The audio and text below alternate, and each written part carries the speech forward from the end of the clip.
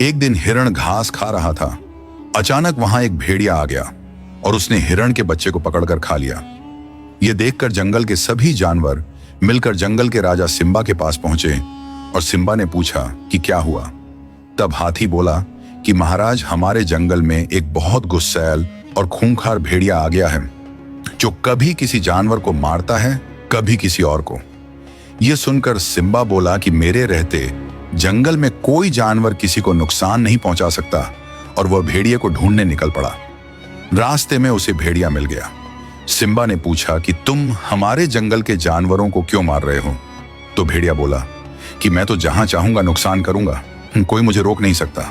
यह सुनकर सिम्बा ने उससे लड़ाई की और भेड़िया जानबूझकर बेहोश हो गया। सिम्बा ने समझा कि वह मर गया है और वहां से चला गया।